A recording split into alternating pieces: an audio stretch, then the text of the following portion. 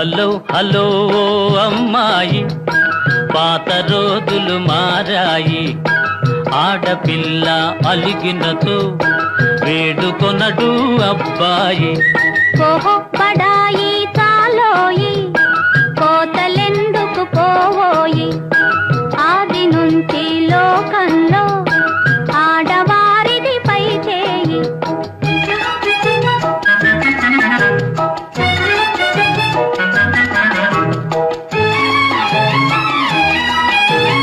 నిజానిజాలు తెలియకని నింద వేసే పొరపాటు.